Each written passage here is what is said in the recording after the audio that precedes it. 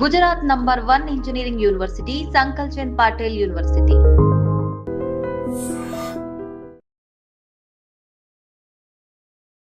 Marwadi university మంచి భవిష్యత్తు కోసం తెలుగు విద్యార్థులు ఇష్టపడే యూనివర్సిటీ. కాల్ 9059052378 9059052379. గత సంవత్సర కాలం నుంచి కూడా మనం చూస్తున్నాం, పాకిస్తాన్ లో ఆర్థిక సంక్షోభం చాలా భయంకరంగా ఉంది. ఎందుకంటే నిత్యావసర సరుకులు పెరిగిపోతున్నాయి. అట్లాగే ప్రపంచ దేశాల్ని పాకిస్తాన్ అప్పు అడిగినా సరే ఎవ్వరు ఇవ్వట్లేదు, అప్పు పుట్టట్లేదు పాకిస్తాన్కి. అందుకని నిత్యావసర ధరలు చాలా భయంకరంగా పెరిగిపోతున్నాయి. ఆర్థిక సంక్షోభం పాకిస్తాన్ని వెంటాడుతోంది అని గత సంవత్సరం నుంచి మనం వింటూనే ఉన్నాం, చూస్తూనే ఉన్నాం. ఒకవైపు ఆర్థిక సంక్షోభంతో అల్లాడుతున్నటువంటి పాకిస్తాన్ ఇప్పుడు మనకు తెలుసు, పెహల్గాంలో జమ్మూ కాశ్మీర్లో మొన్న జరిగినటువంటి దాడి తర్వాత మాత్రం అంటే అటు పాక్ కావచ్చు, ఇటు భారతదేశం, రెండు దేశాల మధ్య దౌత్య సంబంధాలు పూర్తిగా తెగిపోయాయి. అంటే అసలు మనుషుల్నే ఇక్కడున్న వాళ్ళని అక్కడికి పంపించేస్తున్నాం, అట్లాగే అక్కడున్న వాళ్ళని ఇక్కడికే వచ్చేసేయాలని చెప్పేసాం. కేవలం 48 గంటలే డెడ్ లైన్ పెట్టుకున్నాం. ఇప్పుడు అన్ని బార్డర్స్ క్లోజ్. ఇంకా ఎవరైనా ఇక్కడ మిగిలి ఉన్న వాళ్ళు ఎవరైనా ఉన్నా సరే వాళ్ళని అదుపులోకి తీసుకుంటారు. ఆ తర్వాత లీగల్లీ యాక్షన్ అయితే తీసుకునే అవకాశం అయితే ఉంటుంది. ఒకవైపు ఇదంతా జరుగుతుంటే ఆర్థిక సంక్షోభం ఆల్రెడీ పాకిస్తాన్లో ఉంది.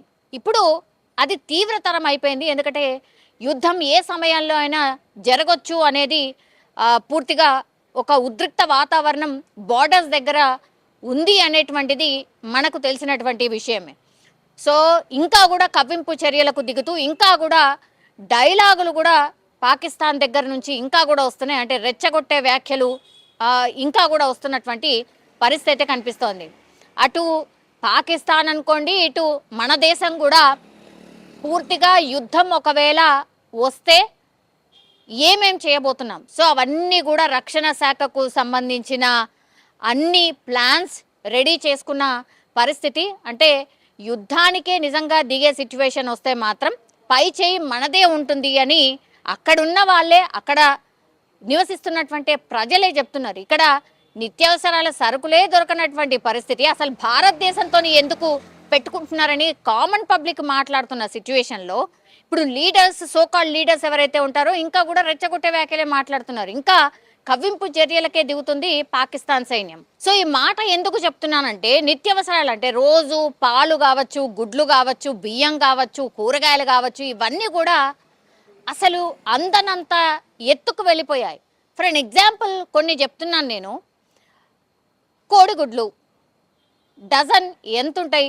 మహా అంటే ఒక కోడిగుడ్డు 7-8 రూపాయలు మన దగ్గర. ఇప్పుడు డజన్ కోడిగుడ్లు అక్కడ 332 రూపాయలు. ఒక కిలో బియ్యం 360 రూపాయలు. లీటర్ పాలు 170కి పైమాటే. కిలో చికెన్ 800 రూపాయలు. అంటే సామాన్యుడు ఏమాత్రం కొనే రేట్ అక్కడ లేనే లేదు. పాలు తాగాలంటే 170 రూపాయల నుంచి 180 రూపాయలు.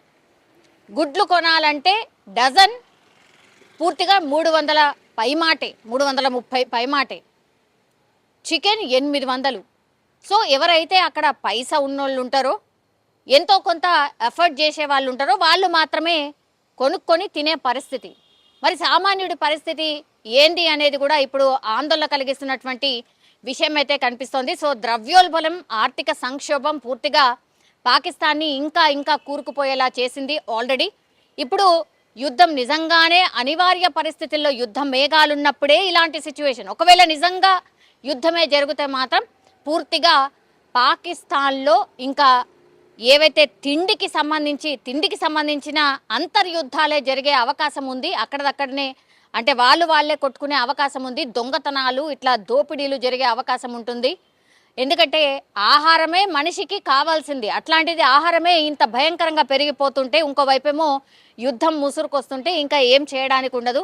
లోపల వాళ్ళే, పాకిస్తాన్కి సంబంధించిన పౌరులే కొట్టుకొని దారి దోపిడీలు చేసుకునే అవకాశం ఉంటుంది అనేసి కూడా చాలా రిపోర్ట్స్ చెప్తున్న సిచ్యువేషన్ అయితే కనిపిస్తోంది. సో చూడాలి, ఇప్పటికైనా సరే ఈ పాకిస్తాన్ బుద్ధి మార్చుకుంటుందా, నిజంగా ఇట్లా కవ్వింపు చర్యలకు దిగకుండా ఓ పెద్ద డైలాగులు కొట్టకుండా ఉంటుందా చూడాల్సిందే.